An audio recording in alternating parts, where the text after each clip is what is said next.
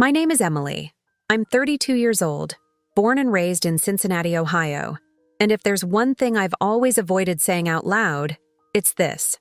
I used to weigh 265 pounds. I'm only 5'5". That's not just heavy. That's morbidly obese. For years I tried to laugh it off, to hide behind baggy sweaters, to say, oh, I just have big bones, while stuffing down another cheeseburger with a large Coke and fries. My life revolved around food, morning donuts with caramel lattes, lunch at McDonald's, frozen pizza for dinner, usually eaten alone in front of the TV. That was my comfort. That was my escape. But deep down, I wasn't living. I was hiding. Every trip to the grocery store felt like a walk of shame, pushing a cart filled with chips, soda, and ice cream while people's eyes silently judged me. I avoided mirrors. I avoided family photos. I avoided myself. And the truth is, I was in pain. My knees ached. My back throbbed. Just climbing a single flight of stairs left me gasping for air, my chest burning, my heart pounding like it wanted to escape my body. Still, I told myself I was fine. Tomorrow I'll change, I said. But tomorrow never came, until the day my body forced me to listen. It started with a sharp pain in my chest and a shortness of breath so strong I thought I might collapse. That's when I finally went to the doctor. That was the moment my world changed forever. This is my story. Not just about losing weight, but about finding myself, about tears, about pain, about small victories that felt like miracles. And I want you to walk with me through it, step by step. But before we begin, tell me, where are you watching this from? What city are you in right now? My life in excess. For as long as I can remember, food was my companion. Not friends, not hobbies, not dreams, but food. In the mornings, it was donuts and caramel lattes from the cafe down the street. Sweet, warm, comforting, and never enough. I'd tell myself, just one more bite, until my stomach ached and my heart felt heavy. Not just from the sugar, but from the guilt I piled on top of it. Lunch was almost always fast food. McDonald's, Burger King, Wendy's. I cycled through them like a routine I couldn't escape. A double cheeseburger, large fries, a soda. Sometimes I even drove to 2 different places in the same hour, just because I couldn't decide what I wanted. And dinner? Frozen pizza? Or macaroni and cheese straight from the box, usually eaten alone in front of the TV. Comfort, isolation, repetition. I didn't think of myself as trapped, though. I called it choice. I called it indulgence. I called it living my life. But in reality, I was slowly suffocating under the weight I carried. Not just physically, but emotionally. Every bite was a way to fill a hole inside me that no meal could ever reach. And yet, people watched. People stared. Whispers followed me down aisles. Chairs in restaurants sometimes felt like traps, too small to hold me comfortably. Once, at a friend's wedding, I avoided the photo booth completely because I couldn't bear to see my reflection captured in that small glass. I smiled anyway, laughed anyway, but inside, I was crumbling. Driving was another challenge. I avoided certain cars or seats that felt too tight. I avoided long trips. Every inch of movement reminded me of my body's limits. But I pushed on. I told myself, tomorrow I'll do better. Tomorrow never came. I tried distractions, TV, social media, scrolling endlessly while eating. I'd laugh at the lives of others and wonder why I couldn't seem to live mine. I envied people who could walk, run, even just sit in a movie theater without thinking about their size. I envied them for not having to fight their own bodies. And yet, I didn't hate myself entirely. There were small moments of joy. A bite of chocolate that melted perfectly in my mouth. The warmth of a cinnamon roll fresh from the oven. The comfort of food, no matter how temporary, was a kind of love I allowed myself to feel. But even love has a breaking point. My body began sending signals I could no longer ignore. Shortness of breath, aching joints. My reflection in the mirror became harder to look at with each passing day. I was living in excess, yes, but I was also living in denial, trapped in a cycle that felt endless, suffocating, and inescapable. And this was only the beginning. The mirror I avoided. I hated mirrors. I hated them more than anything else in my house. They didn't just reflect my face.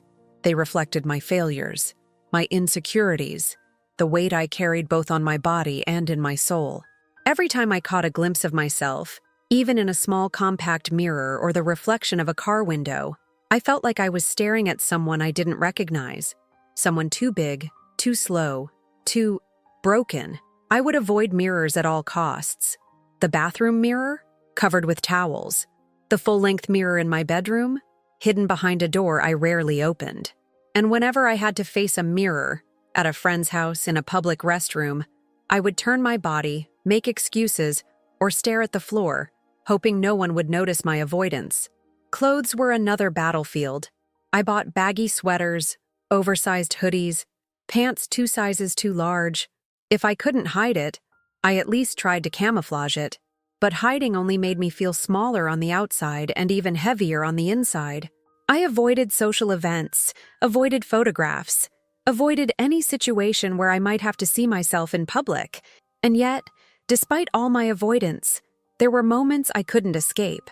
I'd catch a reflection in a store window or a shiny surface, and it would hit me like a punch to the chest.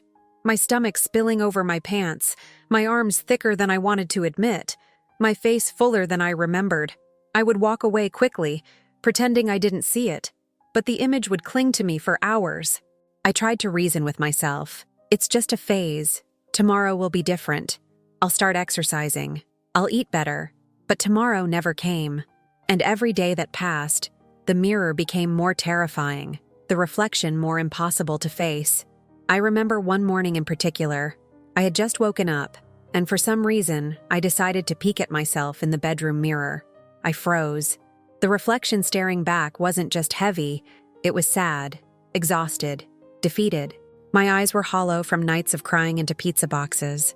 My shoulders slumped, weighed down not only by my body but by years of shame. I turned away, heart racing, tears welling up, and whispered to myself, how did I get here? Food had been my comfort, my escape, my friend, but it had also been my cage. And now, the cage was visible. Every curve, every roll, every mark felt like a scar of my choices. I wanted to scream, to run, to disappear, but all I could do was stand there, trembling, facing the truth I had spent years avoiding. And yet, in that moment, something shifted. A small spark flickered inside me. If I couldn't look at myself without pain, maybe it was time to change the way I saw everything else. The food, the habits, the life I had built. I didn't know how yet. I didn't know when, but the mirror had forced me to notice, to confront, and that confrontation became the first quiet step toward transformation. It was terrifying. It was heartbreaking. It was necessary. And from that day on, the mirror wasn't my enemy anymore. It was a witness to my struggle, a witness to my tears, my falls, and eventually, my victories. The weight of judgment. People can be cruel without even realizing it. I learned this early on. Whispers behind my back, laughs that cut through the air like knives, eyes that lingered a second too long, judging, labeling, measuring me before I even had a chance to speak. At first, I tried to ignore it. I told myself it didn't matter, that their opinions were small compared to my life. But the weight of judgment presses in, relentless, invisible, and suffocating. Everywhere I went, it followed me. Grocery stores, movie theaters, restaurants, chairs that were too tight, seats that creaked under my weight. I would avoid crowded areas because I could feel the stares before anyone even spoke. And when someone made a comment, no matter how casual or disguised as a joke, it sank into me like a stone in my chest. Are you sure you should be eating that? Wow, you really love food, huh? Don't you think it's time to, change? Each remark felt like a verdict. I would nod, smile, laugh nervously, but inside I was collapsing. My body felt heavier not just from pounds, but from the expectations, the criticism, the assumptions that I was lazy, weak, or careless. Social events were a minefield. Weddings, birthdays, even casual gatherings. I would calculate every chair, every table, every seating arrangement to make sure I wouldn't be too much. Too much space, too much presence, too much attention. And yet, ironically, I always felt invisible. People looked at me, judged me, but never truly saw me. I started avoiding people. Slowly, almost imperceptibly, I withdrew from friends, family, anyone who might remind me of my failures. I ate alone more often, crying silently into bags of chips or half-eaten pizzas. I tried to convince myself that food was my only loyal companion, my only safe place where judgment didn't exist. But even food became a reminder. Every bite carried guilt. Every empty box whispered shame. And then came the public moments that cut deeper. Airplanes with narrow seats, long restaurant benches that my body couldn't fit comfortably on, amusement park rides I had to skip. The world wasn't designed for someone like me, and the judgment, real or imagined, was everywhere. I felt trapped, not only by my body, but by society's relentless standards. I remember one afternoon at a coffee shop. I reached for a chair and it creaked loudly. Heads turned, eyes widened. A whisper floated across the table. "She's so big." I froze, my hands shaking, my heart pounding. I wanted to disappear, to melt into the floor and never be seen again. And yet, in that moment, I also felt something else, a simmering determination. I realized that the weight of judgment was not just external. It had seeped inside me, convincing me that I was unworthy, that I didn't deserve love, health, or happiness. And if I was ever going to change, I had to confront it. Not by waiting for others to accept me, but by deciding that I mattered, that my life mattered, and that my worth was not measured by whispers or stares. It was terrifying to face the world and my reflection in it, but it was also necessary. The weight of judgment was heavy, but I was learning that weight could be lifted, slowly, step by step, tear by tear. When my body started screaming for years, I ignored the signs. My body whispered warnings, subtle at first. A twinge in my knee after climbing stairs, a shortness of breath walking to the mailbox, my back aching after sitting too long. I told myself it was normal. I told myself everyone had aches. I told myself I was fine. But then the whispers became screams. My knees burned with every step. My back ached constantly, a dull, relentless pain that throbbed day and night. Walking a single block left me gasping, heart pounding, lungs on fire. Even lying in bed, I could feel the weight of my own body pressing down on me, pressing down on my life. It wasn't just physical pain. My energy drained, my confidence drained, my hope drained. I wanted to do simple things. Go shopping, take a walk, play with a friend's child, but my body refused. I felt trapped inside myself, trapped in a body that had once been mine, but now felt like a cage. Sleep didn't bring relief. I woke up exhausted, every joint stiff, every muscle sore. I would roll over, groaning, thinking, how did I let it get this bad? But the truth was, I hadn't noticed. I hadn't wanted to notice. Each bite, each skipped walk, each excuse had led me here. The shortness of breath became alarming. One day, climbing just 3 stairs, I felt my chest tighten. Panic surged. My vision blurred. My heart raced as if it wanted to escape my chest.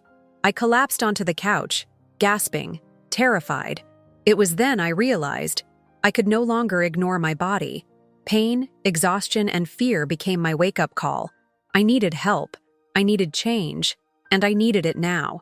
I scheduled a doctor's appointment, my hands shaking as I picked up the phone. Sitting in the waiting room, I felt exposed. All my failures, all my shame, all my neglect of my own health pressed on me like an invisible weight. When the doctor called my name, my heart sank. Exam after exam revealed what I already feared. I was morbidly obese, with dangerously high blood pressure, at risk for diabetes, and facing early signs of joint damage. I stared at the numbers, at the charts, at the words typed into my file. Each one felt like a verdict. You are at risk. You are in danger.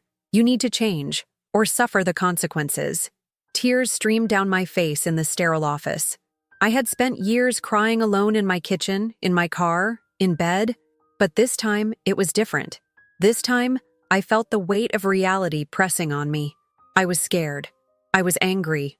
I was heartbroken. But somewhere beneath all of that, a spark ignited. This was my turning point. My body had screamed long enough. I could no longer ignore it. I had to listen. I had to fight. I had to reclaim my life. And though I didn't know how I would do it, I knew one thing for certain. I couldn't go on like this. Not for another day, not for another hour, not for another breath that felt like it might be my last. That day, in that doctor's office, fear became my fuel, pain became my teacher, and hope, fragile and trembling, began to take root. The doctor's wake-up call. Sitting in the doctor's office, I felt small. Not physically. My body had already made sure I felt the opposite. But emotionally, spiritually, I felt tiny. The white walls, the sterile smell, the quiet hum of the air conditioner. It all pressed down on me. Every step I had taken to get here, every choice I had made, led to this moment. And now, I was about to hear the truth. The doctor called my name, and I swallowed hard. I walked to the exam room, trying not to think about the weight of what was coming. My chest tightened, my palms were sweaty, and my stomach churned. I knew deep down I was in trouble. I had been ignoring it for years. But knowing and hearing are two very different things. He started with the basics: blood pressure, weight, heart rate. Numbers I had been avoiding for so long stared back at me. My weight, 265 pounds. My blood pressure, dangerously high. My heart rate elevated even at rest. And then the words that cut through me like a blade: morbidly obese. At high risk for diabetes, early signs of joint damage, risk of heart disease. You need to change, now. The room seemed to shrink around me. I wanted to collapse, to disappear, to pretend he hadn't said anything, but I couldn't. The truth was undeniable. My body had been screaming for attention and I had ignored it. I had treated it like a joke, a temporary inconvenience, a problem for someone else to solve. And now, the consequences were here, staring me in the face. Tears blurred my vision. I had cried so many times before, hidden in my car, in my bedroom, in the bathroom, but this was different. This was not about shame or sadness alone. This was fear, pure, raw, paralyzing fear. Fear that if I didn't act now, I might not get another chance. Fear that my body, my life, could slip away from me, bit by bit, under the weight of my choices. The doctor didn't sugarcoat it. There were no gentle reassurances, no comforting phrases. He laid it out clearly. You are at a critical point. Every day matters. Every choice matters. You need a plan, and you need to follow it, or you risk serious complications. I left the office feeling both shattered and strangely alive. Shattered because the truth hit me harder than anything I had imagined. Alive because, for the first time in years, the reality of my situation forced me to see a path forward. I couldn't stay in denial anymore. I couldn't hide behind excuses, behind fast food, behind comfort. I had to confront myself, my body, my habits, and my fears. That night, I sat alone in my kitchen, staring at the empty fridge, tears running down my face. I had cried so much for the person I had been, the person who let life pass her by, who ran to food instead of running toward herself. And yet, somewhere in the middle of the despair, a flicker of determination ignited. I can change. I will change. The doctor's wake-up call was brutal. It was frightening. It was necessary. Without it, I might have continued down a path of slow self-destruction. But now, the fire had been lit. The fight had begun. And even though the road ahead seemed impossibly long, I knew I had no other choice but to take the first step. The day I decided to change it was late at night when I finally sat alone in my apartment, the quiet pressing down like a heavy blanket. The city outside my window was alive, lights flickering, cars rushing past. But inside, I felt frozen. I had returned from the doctor's office, still trembling from the wake-up call I had received. My body, my health, my future, it all felt fragile, like a glass sculpture that could shatter with one wrong move. I looked around my kitchen, at the empty boxes of pizza, the half-eaten bags of chips, the sugary drinks I had consumed over the years. And suddenly, it hit me. I was the architect of my own prison. Every bite, every excuse, every postponed tomorrow had built this cage I was trapped in. And yet, for the first time, I felt the spark of something I hadn't felt in years. responsibility. I cried. I cried like I hadn't cried before. Not tears of shame or guilt, but tears of realization. I was done hiding. I was done pretending. I was done letting fear, comfort, and indulgence control me. And in those tears, a quiet voice inside me whispered, "You can change. You have to change. No one else will do it for you." I didn't know where to start. I didn't know how I would survive the cravings, the long nights, the temptation to give up. But I knew I had to begin. I wrote a list. Small steps, tiny victories that could eventually lead to transformation. A walk around the block, a salad for lunch, a glass of water instead of soda, one choice at a time, one day at a time. That first night, I made a promise to myself. I promised I would face my fear, my pain, and my habits head on. I promised I would honor my body, the only one I had, the only one that carried me through life every day. I promised that no matter how many times I fell, I would get up again. The next morning was hard. The cravings hit immediately. My body wanted what it was used to: sugar, fat, comfort. But this time, I resisted. I took a slow, trembling walk around the block, feeling every ounce of my weight pressing down on me, every joint protesting. But with each step, I felt something else rising inside me: determination, strength, hope. I began tracking small wins, drinking water, walking a little further each day, replacing one meal with something healthier. It wasn't perfect.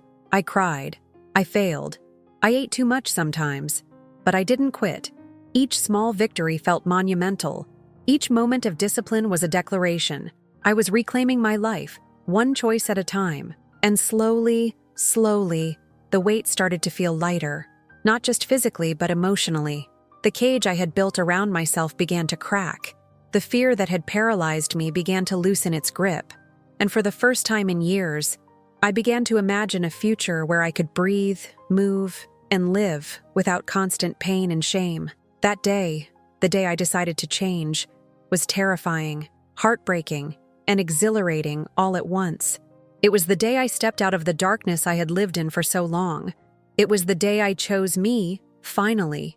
And though I had no idea how long the journey would take, I knew one thing for certain: I had started. And that was everything. The first battle: food.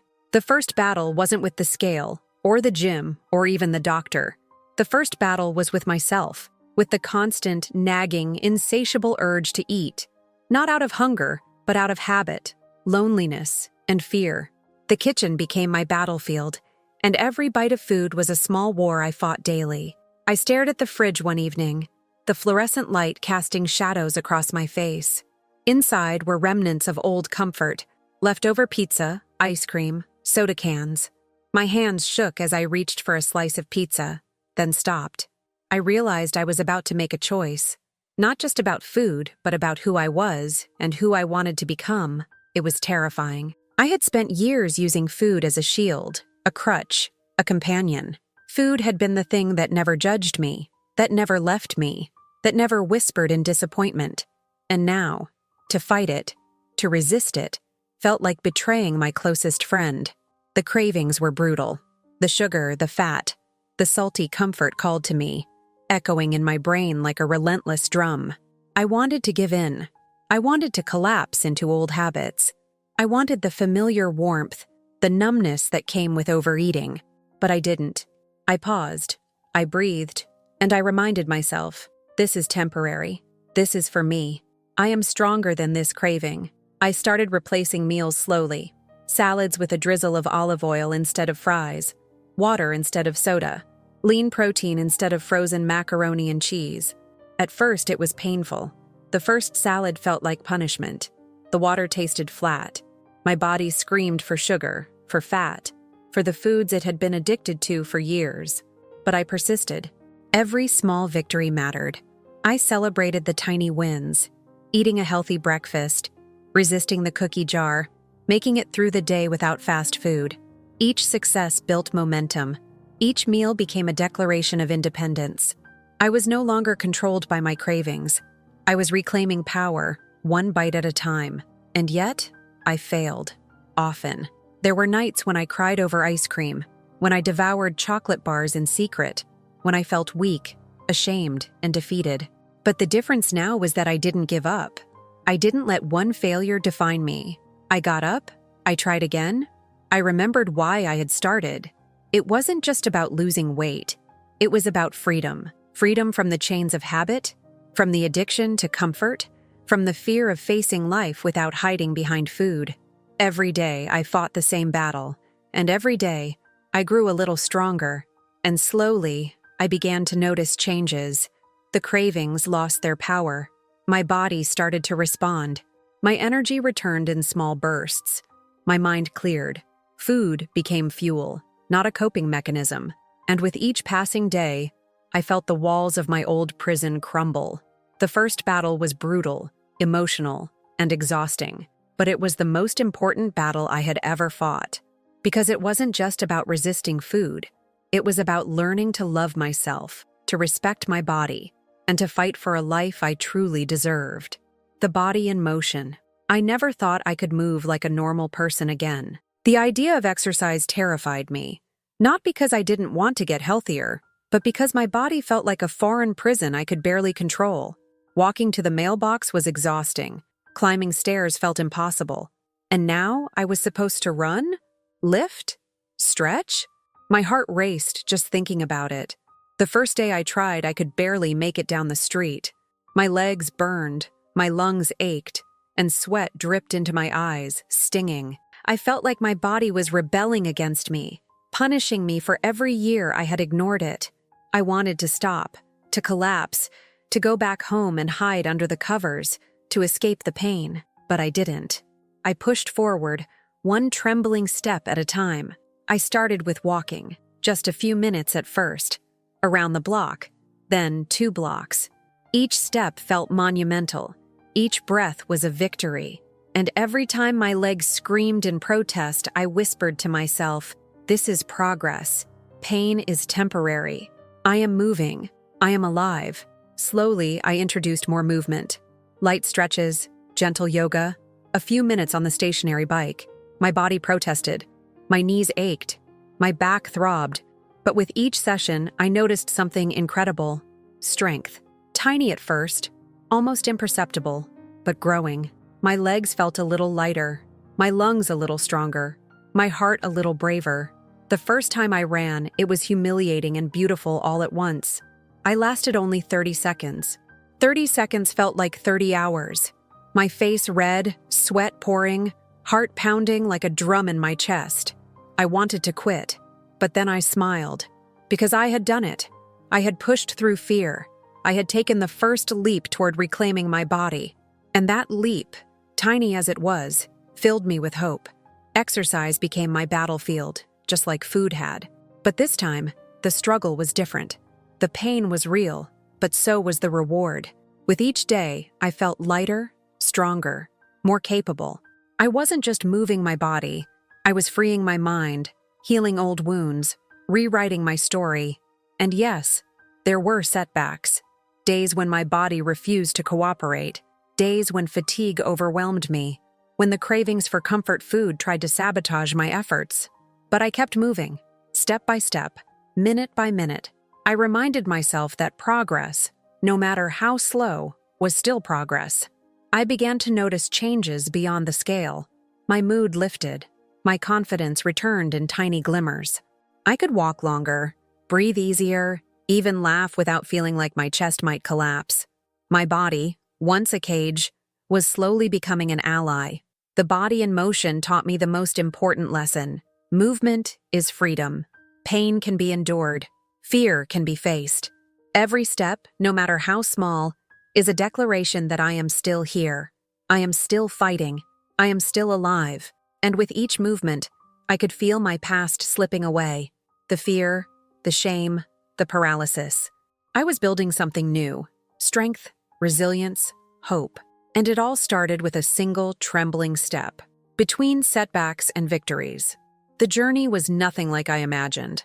I thought losing weight and reclaiming my life would be a straight line, a simple climb up a mountain with predictable steps. But it wasn't. It was jagged, twisting, full of unexpected hurdles, painful tumbles, and moments when I questioned everything. Some days, I felt unstoppable. I would wake up early, lace up my sneakers, and take a brisk walk, feeling the wind on my face, my legs moving steadily, my lungs working hard but strong. I would choose a healthy breakfast, prepare balanced meals, and feel a sense of pride that I hadn't experienced in years. I smiled in the mirror, noticing small changes in my body, less puffiness, tighter muscles, a glimmer of the person I had been hiding inside. But then came the setbacks. Oh, the setbacks.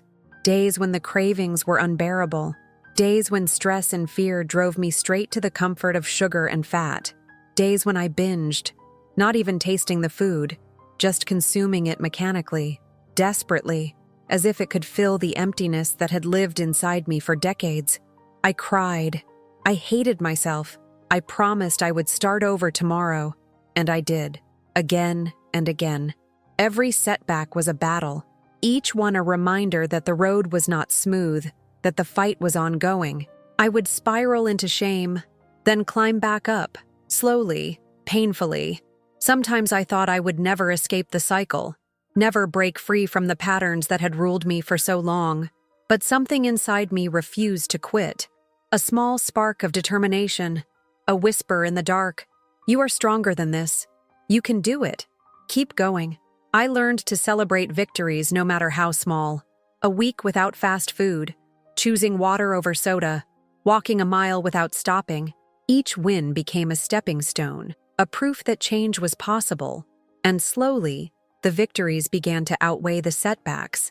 Slowly, I began to believe that my life could be different, that my body could be my ally instead of my cage. But setbacks didn't just challenge my physical discipline. They tested my mental and emotional strength too. There were moments when I felt invisible in my struggle. Friends would ask, "Why are you dieting again?" Or, "Just eat normally." Without understanding the years of pain, the battles fought in silence, the courage it took to face myself every day. Social gatherings became a minefield of temptation and judgment. Birthday cakes, office parties, fast food outings. It was relentless. I had to navigate it all while keeping my focus, keeping my goals, keeping myself from giving up. And sometimes, I did give in. Sometimes, I fell hard. But then I remembered, change is not perfection. Change is persistence. Change is standing up, dusting yourself off and trying again, no matter how many times you fail. Each time I fell, I reminded myself that it didn't erase the progress I had made. Every step I had taken, every victory I had earned, was still there. I couldn't let a single setback define me. I also learned to ask for help. Support became essential. Friends who cheered me on, family who encouraged me, online communities who understood my struggle.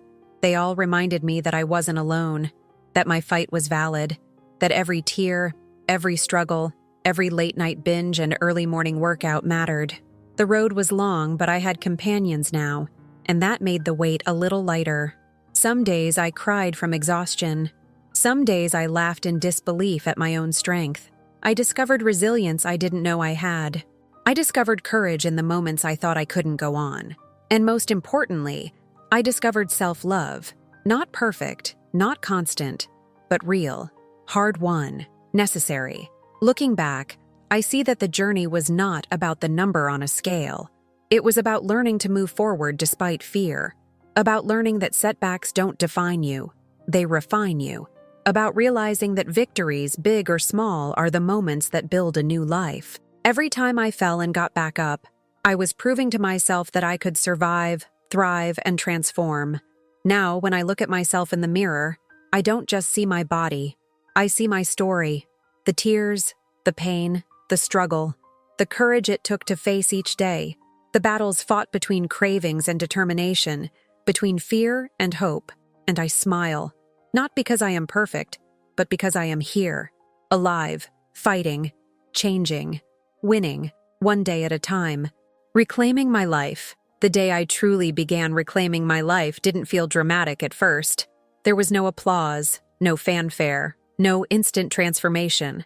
There was just me, standing in front of the mirror, staring at a reflection that was familiar, yet completely new. My body, once a cage, now moved with strength I hadn't felt in years.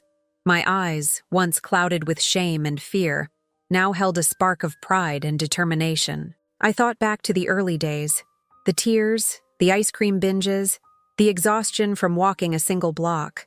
I remembered the doctor's wake-up call, the fear that had clenched my chest so tightly I thought I might never breathe again. And I remembered the first step, the trembling, terrifying first step toward change. Each memory was a scar, a mark of struggle, but also a reminder of resilience. I started to see that reclaiming my life wasn't about perfection. It wasn't about achieving some ideal weight or conforming to society's impossible standards. It was about freedom, freedom to move, freedom to breathe, freedom to look in the mirror and finally say, I am proud of myself. I am here. I am enough. The journey was never linear. There were still days when cravings clawed at me, when fatigue threatened to drag me back to old habits, when self-doubt whispered that maybe I wasn't strong enough. But now, I had tools. I had routines. I had knowledge and habits that carried me through the storms. And each victory, no matter how small, reminded me that I was capable of more than I had ever believed. I began exercising regularly, not for punishment, but for joy. I ran, slowly at first, feeling the burn in my legs, the rhythm of my heart, the life flowing through me with every step. I lifted weights, not to sculpt a perfect body, but to prove to myself that I could. My body responded, slowly, steadily. I discovered muscles I hadn't felt in years, strength I hadn't known I possessed. And with every session, the world felt a little bigger, a little more welcoming, a little less frightening. Food, once my enemy, became my ally. I learned to nourish my body, to fuel it, to respect it. I experimented with vegetables, whole grains, lean proteins. I discovered flavors and textures that brought me joy, not guilt. Eating became a celebration, not a punishment. And with each healthy meal, I felt my confidence, my energy, my hope expand. But the most important change wasn't physical. It was emotional, spiritual, mental. I stopped hiding. I stopped avoiding mirrors, social events, and life itself. I reconnected with friends, with family, with the world. I spoke up for myself, advocated for my needs, celebrated my wins. I laughed freely, cried when necessary, and allowed myself to feel fully, without shame, without fear, without hiding. I also learned to forgive myself for the years I wasted, for the choices I made, for the times I gave in. Forgiveness was the key that unlocked the next chapter of my life.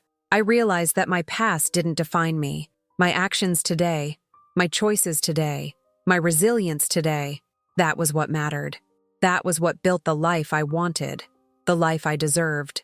There were moments of pure awe, walking through the park, feeling my lungs expand fully, my legs carrying me effortlessly, standing on the scale, watching the numbers drop steadily, a tangible sign of my commitment, fitting into clothes I never imagined I could wear. But the greatest moments were quiet, the evenings spent laughing with friends, the mornings waking up without pain, the nights sleeping deeply and peacefully, knowing I had done my best. And tears. Oh, there were many tears. Tears of sorrow for the pain endured. Tears of relief for the battles won. Tears of pride for the courage it took to keep going, even when it felt impossible. I cried for the person I was, for the person I had become, and for the life I had reclaimed. Today, I am not perfect. I am not free from challenges, temptations, or setbacks. But I am alive. I am fighting. I am thriving. I have learned that life is not about avoiding pain, but about facing it, about learning from it, about transforming it into strength. I am stronger than I have ever been, not just in body, but in spirit. Reclaiming my life was not a single moment. It was thousands of small decisions, countless acts of courage, endless tears, and unstoppable persistence. And every day, I continue to choose me. I am no longer a prisoner of my body, my cravings, my fear. I am free. My message to you.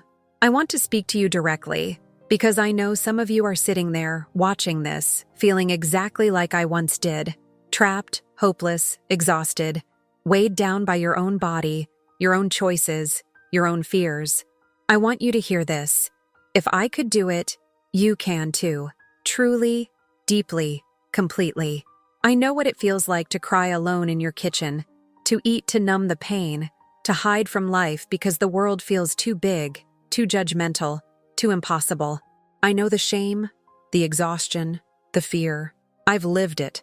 I've carried it with me like a backpack full of stones, every day, every hour, every breath. I know the whispers in your mind telling you, you can't. You'll never change. You're too far gone. I've heard them. I've felt them claw at me. But let me tell you something. Those whispers are lies. They are the shadows of doubt, the echoes of fear, not the truth. The truth is that you are stronger than you know. The truth is that every step, every choice, every small victory adds up. The truth is that even when you fall, you are not defeated unless you stop getting back up. I cried. I ate. I cried. And I ate again. But I didn't give up. I fell countless times, stumbled in front of mirrors, binged on nights I swore I would be strong, questioned my ability to continue. And yet, I kept going. One meal at a time, one step at a time, one breath at a time. And slowly, inch by inch, the impossible became possible. I know the world can be cruel. I know people will judge, will whisper, will assume things about you without understanding your story. I know it can feel lonely. But let me tell you something else. You are not alone.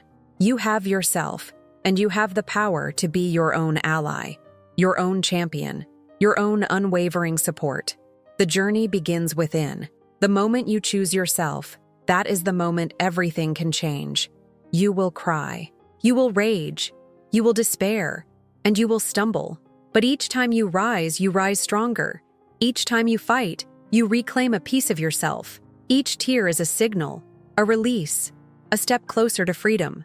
Do not fear the pain. Do not fear the struggle. They are the proof that you are alive, that you are fighting, that you are human. Start small. Begin with one healthy choice. One walk around the block, one salad, one glass of water, one moment where you decide to honor yourself rather than surrender to the comfort of old habits. And then do it again, and again, and again. Momentum builds slowly, but it is unstoppable once it begins. Celebrate the victories, even the tiniest ones. Dance in the kitchen because you chose a healthy snack. Smile in the mirror because you walked a little farther today. Laugh out loud because you resisted the binge, even when it was tempting. These moments are the bricks that build your new life. Do not underestimate them. They are powerful, they are transformative, and remember to forgive yourself. For the years you struggled, for the moments you gave in, for the mistakes, the setbacks, the moments of weakness. Forgiveness does not mean forgetting. It means releasing the burden of shame so you can move forward unencumbered. Forgive yourself and then rise again. Reach out for support. Friends, family, online communities, those who understand, those who cheer you on, those who remind you of your strength. Let them be your mirrors, reflecting your courage and determination back to you. But also, trust yourself. Trust your resilience. Trust that you have everything you need inside to fight, to endure, to transform. Most importantly, never give up. No matter how many times you fall, no matter how heavy the weight, no matter how dark the nights, you are capable, you are strong, you are worthy, and your life is waiting for you, waiting to be reclaimed, waiting to be lived fully, passionately, freely.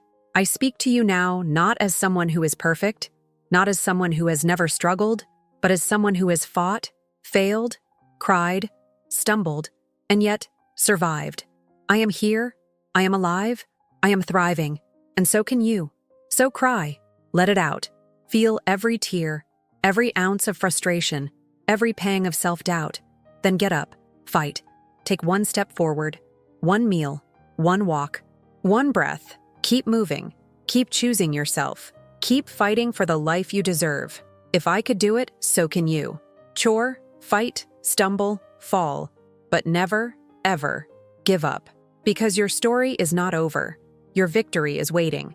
And one day, you will look back and see how far you have come, and you will cry again. This time for joy, for triumph, for freedom. So, now I want to hear from you. After watching this story, on a scale from 0 to 10, what score would you give it? Be honest. I want to know. If this story moved you, inspired you, or even made you cry, please give it a like, share it with someone who might need to hear it, and don't forget to subscribe so you won't miss any more powerful stories like this. Your support means the world, and it helps me keep sharing these journeys that touch hearts. So, what's your score? 0 or 10?